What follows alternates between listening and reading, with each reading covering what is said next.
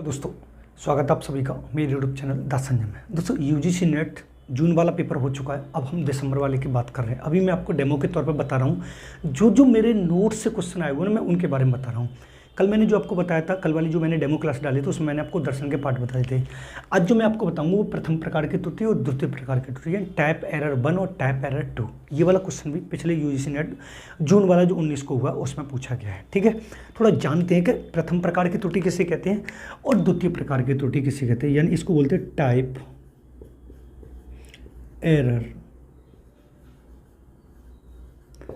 1, इसको बोलते हैं टाइप एरर 2। क्लियर है? लेकिन इनको समझने से पहले आपको दो चीज़ें समझनी पड़ेंगी, विकल्प परिकल्पना और शून्य परिकल्पना। क्योंकि ये जो पार्ट है ना, वो परिकल्पना का पार्ट है। बात यहाँ पर ये आती है, इनको समझने से पहले हम बात कर लेते हैं परिकल्पना किसे कहते हैं। थोड़ा समझना आप इसको कि परिकल्पना किसे कहते हैं। जिसको इंग्लिश में क्या बोला जाता है, तो आपको बताना हाइपोथेसिस बोला जाता है। क्या बोला जाता है? हाइपोथेसिस बोला जाता है। वैसे तो परिकल्पना का जो शाब्दिक अर्थ था होता है वो दोस्तों, वो होता है अनुमान लगाना। किसी समस्या का समाधान करने के लिए जो हम अनुमान लगाते हैं वो हम परिकल्पना कहते हैं। परिकल्पना की जब हम डिटेल में पढ़ेंगे वो बात अलग होगी, लेकिन यहाँ पर परिकल्पना का बड़ा महत्व होता है। किसी भी शोधकर्ता को किसी समस्या का समाधान करने के लिए परिकल्पना का प्रतिपादन करना पड़ता है। परिकल्पना का शाब्दिक अर्थ होता है अनुमान लगाना या कल्पना करना। मान लीजिए आपके सामने कोई समस्या आ रही है, उस समस्या का समाधान करने के लिए इसका समाधान इस तरीके से होता है, इसका समाधान इस तरीके से हो सकता है। ये जो हमारे दिमाग में ख्याल आ रहे हैं, इसी को हमने क्या नाम दे दिया? हाइपोथेसिस दे दिया। वैसे तो परिकल्पना कई प्रकार की होती है, साधारण, विषम, विशिष्ट, सार्वभौमिक, अस्तित्ववादी, शून्य परिकल्पना, लेकिन विकल्प पर। लेकिन यहाँ पर जो हम बात कर रहे हो प्रथम प्रकार की त्रुटि और द्वितीय प्रकार की त्रुटि की बात करें, तो इससे पहले हमें दो परिकल्पनाओं की बात कर लेनी पड़ेगी। किसकी बात करनी पड़ेगी? दो प्रकार की परिकल्पना। जो अगर आपसे ये पूछे सामान्य स्तर पर, अगर सामान्य रूप से आपसे ये पूछा जाए कि परिकल्पना कितने प्रकार की होती है, तो आपको दो प्रकार की बता देनी है। एक बता देनी है आपको शून्य परिकल्पना। कौन सी बतानी है? शून्य परिकल्पना। और दूसरी दोस्त आपको बता देनी है विकल्प परिकल्पना। दूसरी कौन सी बता देनी है? विकल्प परिकल्पना। इस शून्य परिकल्पना को हम H0 से करते हैं और इस विकल्प परिकल्पना को हम H1 से निर्धारित करते हैं। अब H0 और H1 यानी विकल्प परिकल्पना और शून्य परिकल्पना, इन दोनों की तर्ज पर प्रथम प्रकार की त्रुटि होती है और द्वितीय प्रकार की त्रुटि होती है। अब बात यहाँ पर समझने वाली बात ये रहेगी, थोड़ा आपको समझना ये होगा। मान लीजिए हम प्रथम प्रकार की त्रुटि की बात कर रहे हैं। किसकी बात कर रहे हैं? प्रथम प्रकार की त्रुटि। इसको पहले मैं आपको समझा दे रहा हूँ। और ये वाला क्वेश्चन यूजीसी नेट जो अभी जून में हुआ उसमें पूछा गया। देखो, जब विकल्प परिकल्पना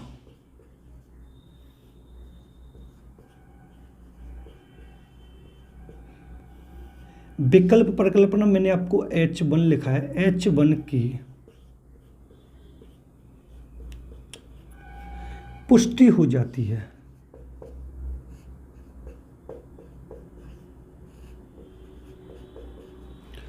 उसे सही सिद्ध कर लिया जाता है।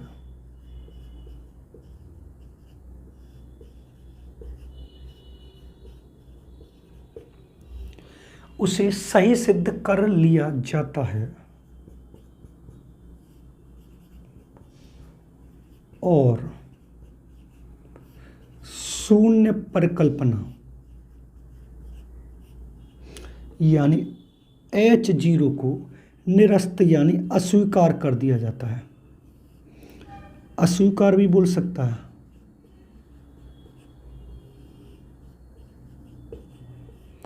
कर दिया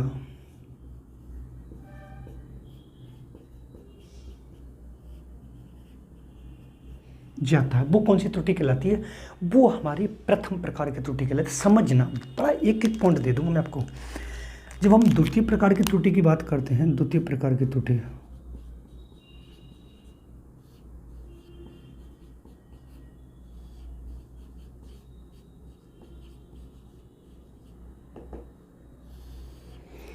जब शून्य परिकल्पना यानी H0 के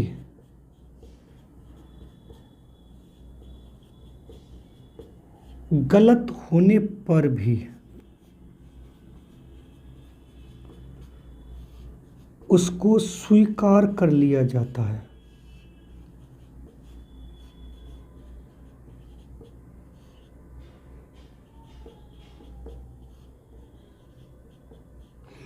वो कौन सी त्रुटि कहलाती? वो हमारी द्वितीय प्रकार की त्रुटि कहलाती। कहने का तात्पर्य यहां पर ये होता है कि जब एक शोधकर्ता शोध कार्य करेगा, शोध कार्य करते समय दो प्रकार की परिकल्पनाओं का प्रयोग करेगा। अब इधर आते हैं, विकल्प परिकल्पना और शून्य परिकल्पना। अब यहां पर इसको समझेंगे हम।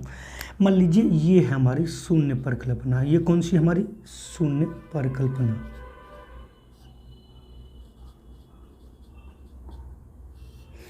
और ये है हमारी विकल्प परिकल्पना।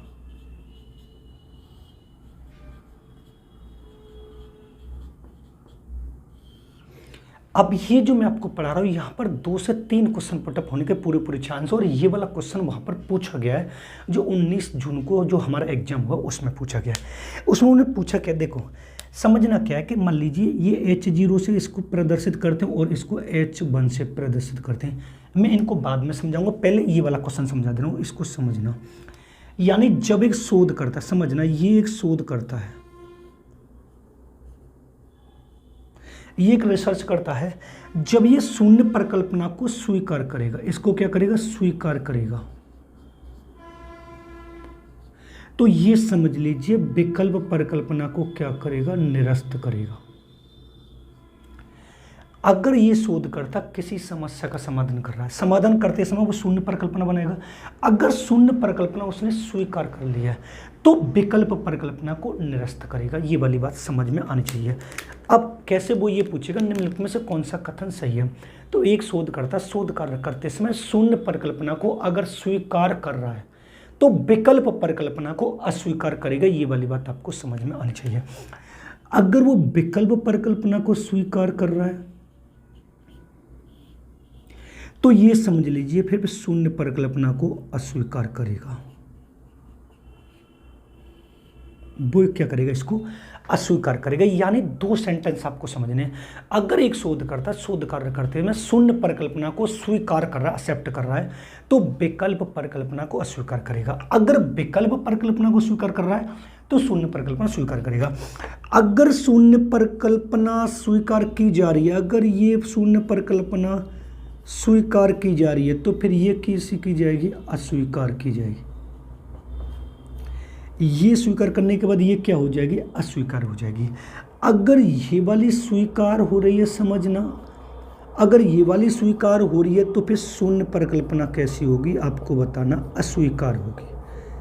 कैसी होगी, अस्वीकार होगी। और इसी को ध्यान में रखकर प्रथम प्रकार की त्रुटि और द्वितीय प्रकार की त्रुटि को लाया गया। कैसे, जब विकल्प परिकल्पना की पुष्टि हो जाती है, जब विकल्प परिकल्पना की पुष्टि हो जाती है और उसे सही सिद्ध कर लिया जाता है और शून्य परिकल्पना, समझना ही है, शून्य परिकल्पना को अगर अस्वीकार यानी निरस्त कर दिया जाएगा तो कौन सी त्रुटि कहलाएगी। यानी जब हम इसको स्वीकार कर लेंगे और इसको अस्वीकार कर लेंगे, जब हम इसको स्वीकार कर लेंगे और इसको अस्वीकार कर लेंगे तो ये कौन सी त्रुटि कहलाएगी। तो आपको बताना है प्रथम प्रकार की त्रुटि कहलाएगी। कौन सी त्रुटि कहलाएगी, प्रथम प्रकार की त्रुटि। मतलब ये कहने का है कि जब एक शोधकर्ता शोध कार्य करते समय विकल्प परिकल्पना को स्वीकार कर ले और शून्य परिकल्पना को निरस्त कर दे, वो कौन सी त्रुटि कहलाएगी, वो आपको बताने प्रथम प्रकार की त्रुटि। अब समझने वाली बात यहां पर दोस्त ये भी है, द्वितीय प्रकार की त्रुटि में क्या होगा कि जब शून्य परिकल्पना के गलत होने पर भी उसको क्या किया जाए, स्वीकार किया जाए। एक ऑप्शन ये होगा कि शून्य परिकल्पना के सही होने पर उसको स्वीकार किया जाना चाहिए। नहीं, द्वितीय प्रकार की त्रुटि का मतलब ये होता है कि शून्य परिकल्पना गलत है, यानी शून्य परिकल्पना गलत है, उसके बाद भी उसको स्वीकार किया जाए। अगर शून्य परिकल्पना गलत है, गलत होने के बाद भी उसको स्वीकार किया जा रहा है तो कौन सी त्रुटि कहलाएगी। तो आपको बताना द्वितीय प्रकार की त्रुटि कहलाएगी। और ये वाले क्वेश्चन हर बार नेट में पूछे जाते हैं कि प्रथम प्रकार की त्रुटि किसे कहते हैं, द्वितीय प्रकार की त्रुटि किसे कहते हैं, शून्य परिकल्पना किसे कहते हैं, विकल्प परिकल्पना किसे कहते हैं। ये मैंने आपको डेमो के तौर पर अभी मेरा चल रहा है। अब आपको अगर यूजीसी नेट के नोट्स चाहिए, अब आपको यूजीसी नेट जैसे ये है दिसंबर 2023 वाला, अगर यूजीसी नेट के अगर आपको नोट्स चाहिए, अगर आपको नोट्स चाहिए तो आपको फर्स्ट पेपर और सेकंड पेपर दोनों के नोट्स मिल जाएंगे। और सेकंड पेपर आपका मिलेगा एजुकेशन। कौन सा मिलेगा, एजुकेशन मिलेगा। और एजुकेशन संबंधी आपका आपको नोट्स चाहिए तो आप इस नंबर पर कांटेक्ट कर सकते हैं 7217377533। इस पर आप व्हाट्सअप कर सकते हैं, आपको पूरे के पूरे नोट्स मिलेंगे।